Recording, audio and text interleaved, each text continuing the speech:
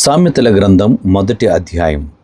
దావీదు కుమారుడును ఇశ్రాయేలు రాజునైన సొలొమోను సామెతలు. జ్ఞానమును ఉపదేశమును అభ్యసించుటకును, వివేక సల్లాపములను గ్రహించుటకును, నీతి న్యాయ యథార్థతలను అనుసరించుటయందు బుద్ధి కుశలత ఇచ్చు ఉపదేశము నొందుటకును, జ్ఞానము లేని వారికి బుద్ధి కలిగించుటకును, యవనులకు తెలివియు వివేచనయు పుట్టించుటకును తగిన సామెతలు. జ్ఞానము గలవాడు విని పాండిత్యము వృద్ధి చేసుకొనును. వివేకము గలవాడు ఆలకించి నీతి సూత్రములను సంపాదించుకొనును. వీటి చేత సామెతలను, భావసూచక విషయములను, జ్ఞానుల మాటలను, వారు చెప్పిన గూఢ వాక్యములను జనులు గ్రహించుదురు. యెహోవా యందు భయభక్తులు కలిగియుండుట తెలివికి మూలము. మూర్ఖులు జ్ఞానమును ఉపదేశమును తిరస్కరించుదురు. నా కుమారుడా, నీ తండ్రి ఉపదేశము ఆలకింపుము, నీ తల్లి చెప్పు బోధను త్రోసివేయకుము. అవి నీ తలకు సొగసైన మాలికయు, నీ కంఠమునకు హారములునై యుండును.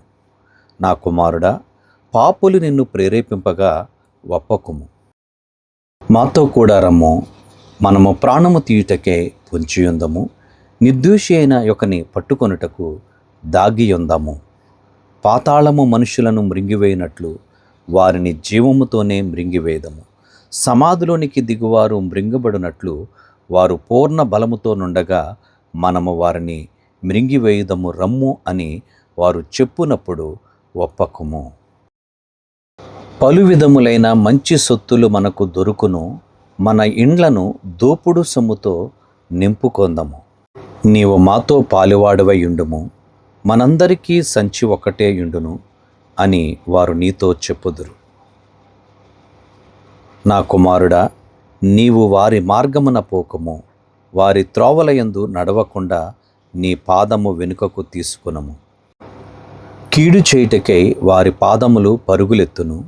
నరహత్య చేయుటకై వారు త్వరపడుచుందురు. పక్షి చూచుచుండగా వలవేయుట వ్యర్థము. వారు స్వనాశనమునకే పొంచియుందురు. తమ్మును తామే పట్టుకొనుటకై దాగియుందురు. ఆశాపాతుకులందరి గతి అట్టిదే. దానిని స్వీకరించి వారి ప్రాణము అది తీయును. జ్ఞానము వీధులలో కేకలు వేయుచున్నది, సంత వీధులలో బిగ్గరగా పలుకుచున్నది.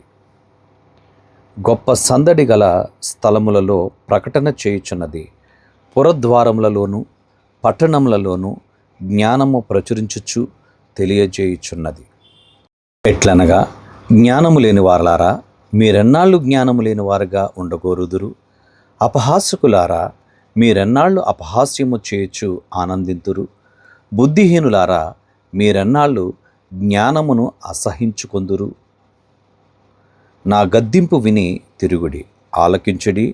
నా ఆత్మను మీ మీద కుమ్మరించుదును, నా ఉపదేశమును మీకు తెలిపెదను. నేను పిలువగా మీరు వినకపోతిరి, నా చేయి చాపగా ఎవరునూ లక్ష్యపెట్టకపోయిరి. నేను చెప్పిన బోధ ఏమియూ మీరు వినక త్రోసివేసితిరి. నేను గద్దింపగా లోబడకపోతిరి. కాబట్టి మీకు అపాయము కలుగునప్పుడు నేను నవ్వెదను, మీకు భయము వచ్చినప్పుడు నేను అపహాస్యము చేసేదను. భయము మీ మీదికి తుఫాను వలె వచ్చినప్పుడు, సుడిగాలి వచ్చినట్లు మీకు అపాయము కలుగునప్పుడు, మీకు కష్టమును దుఃఖమును ప్రాప్తించినప్పుడు నేను అపహాస్యము చేసేదను. అప్పుడు వారు నన్ను గూర్చి మొర్రపెట్టెదరు గాని నేను ప్రత్యుత్తరం ఇయ్యకుందును. నన్ను శ్రద్ధగా వెదకెదరు గాని వారికి నేను కనబడకుందును. జ్ఞానము వారికి అసహ్యమాయను. యెహోవా యందు భయభక్తులు కలిగియుండుట వారికిష్టము లేకపోయెను. నా ఆలోచన విననొల్లకపోయిరి, నా గద్దింపును వారు కేవలము తృణీకరించిరి. కాబట్టి వారు తమ ప్రవర్తనకు తగిన ఫలమును అనుభవించెదరు. తమకు వెక్కసమగు వరకు తమ ఆలోచనలను అనుసరించెదరు.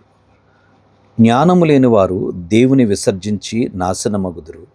బుద్ధిహీనులు క్షేమము కలిగినది మైమరచి నిర్మూలమగుదురు.